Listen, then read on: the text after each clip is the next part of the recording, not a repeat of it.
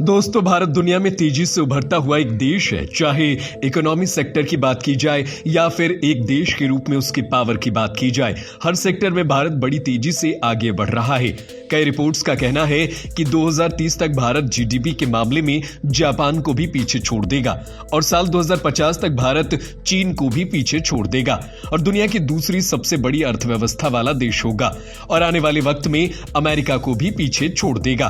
भारत इस बात को बखूबी समझता भी है, इसलिए भारत में चल रहे 10 बड़े मेगा प्रोजेक्ट के पूरा होते ही दुनिया में भारत का कद और ऊपर हो जाएगा।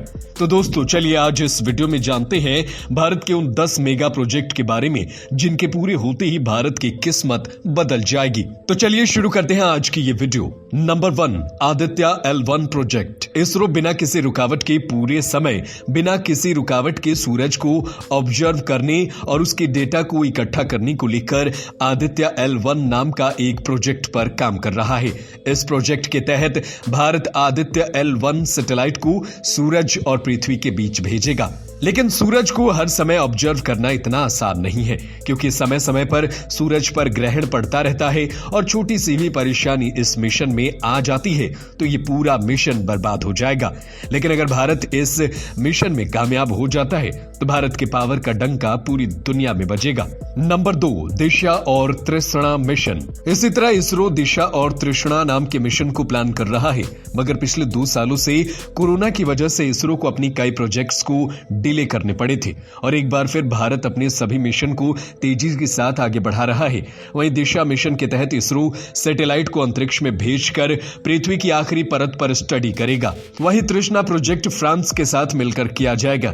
इसमें सैटेलाइट को अंतरिक्ष में भेजकर पृथ्वी की लैंड सरफेस की मैपिंग करेगा, जिससे जंगलों, नेचुरल असेसमेंट्स, अर्बन एरिया के जंगलों को मैपिंग की जाएगी। रिपोर्ट्स के मुताबिक ये अब तक की सबसे सटीक मैपिंग होगी। Number 3, Bharatmala project. ये project national highway development project का अपडेटेड प्रोजेक्ट माना जा सकता है।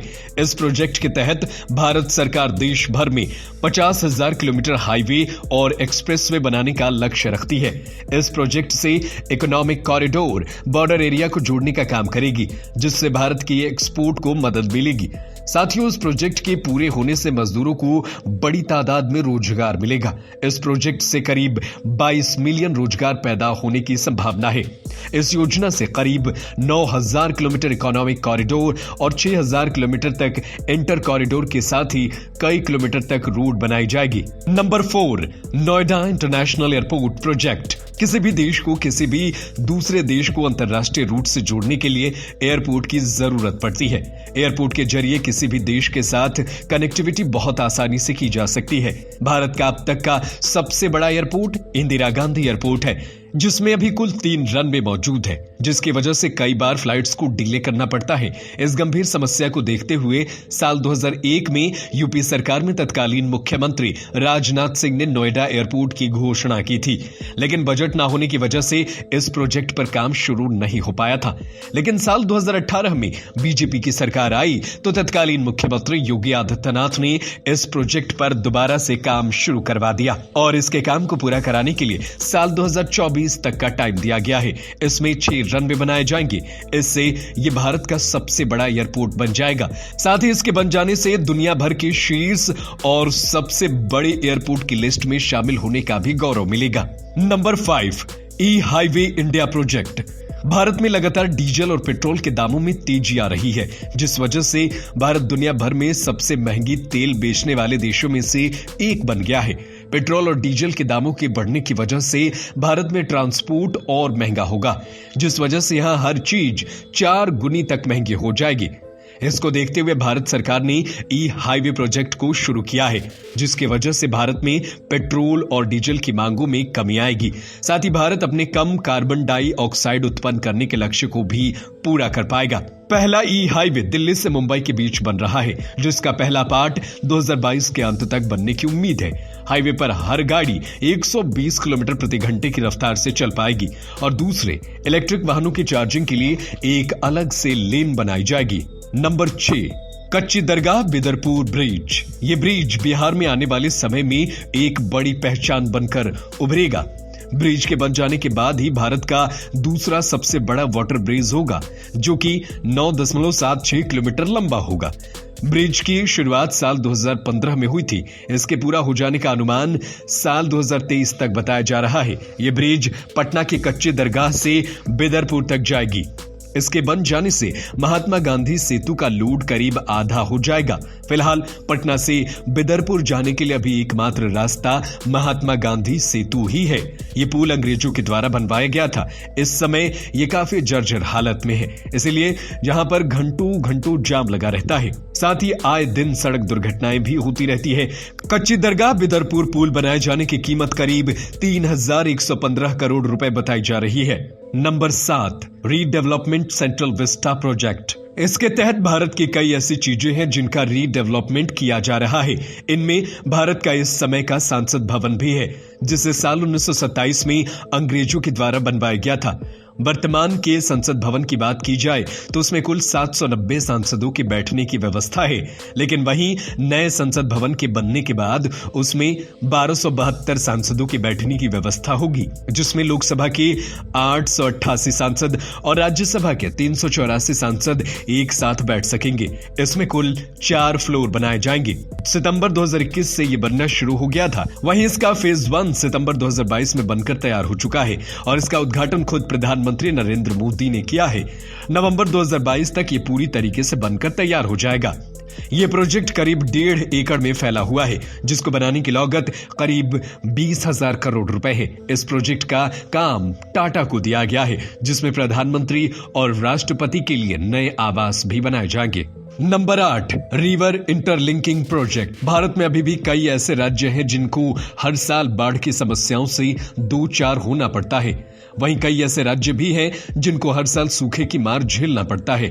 साल 1999 में उस समय के प्रधानमंत्री अटल बिहारी वाजपेयी ने इस परेशानी को करीब से देखा और इससे निपटने के लिए एक योजना पर काम शुरू की।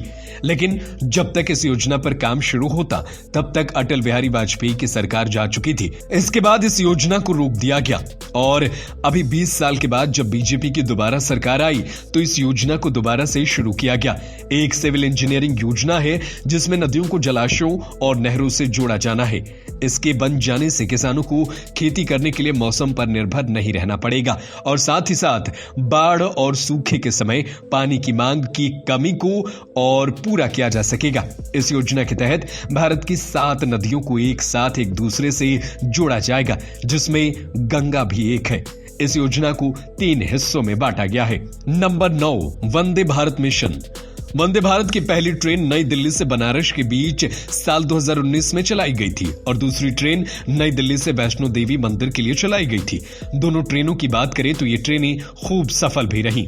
अब भारतीय रेलवे ने इस साल करीब 500 वंदे भारत ट्रेन को चलाने का लक्ष्य रखा है। इसको स्लीपर वेस्टिंग दोनों रूपों में लॉन्च किया जाएगा।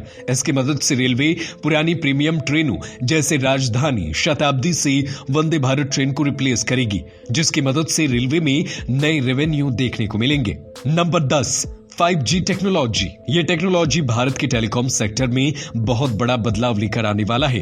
अगर हम इसका मुकाबला अभी की टेक्नोलॉजी 4G से करते हैं तो 4G से करीब 10 गुना ज्यादा तेज है।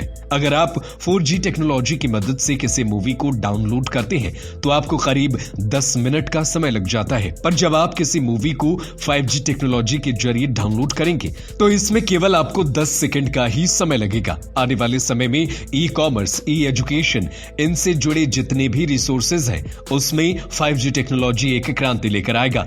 अगर आप दुनिया भर में देखें तो करीब 50 देशों में 5G टेक्नोलॉजी को लाया जा चुका है। भारत में अब तक केवल ब्रॉडबैंड के माध्यम से ही 5G टेक्नोलॉजी मिलता रहता था, लेकिन अब देश के कई बड़े शहरों में 5G तकनीक मोबाइल में देखने को मिल रही है और लोग इसे ट्रायल के तौर पर भी इस्तेमाल कर रहे हैं। ये वो प्रोजेक्ट्स हैं जो भारत में अगर पूरे होते हैं तो भारत के रहने वाले लोगों के जीवन को पूरी तरीके से बदल कर रख देगा। इस वीडियो का कौन सा प्रोजेक्ट है जो आपकी लाइफ को सीधे सीधे प्रभावित करेगा और आपको कौन सा वो प्रोजेक्ट पसंद है जो जल्दी पूरा हो, तो आप हमें कमेंट करके अपनी राय बता सकते हैं। ऐसे ही वीडियो को देखने के लिए बने रहिए हमारे साथ। हमारे चैनल को सब्सक्राइब कीजिए। जय हिंद।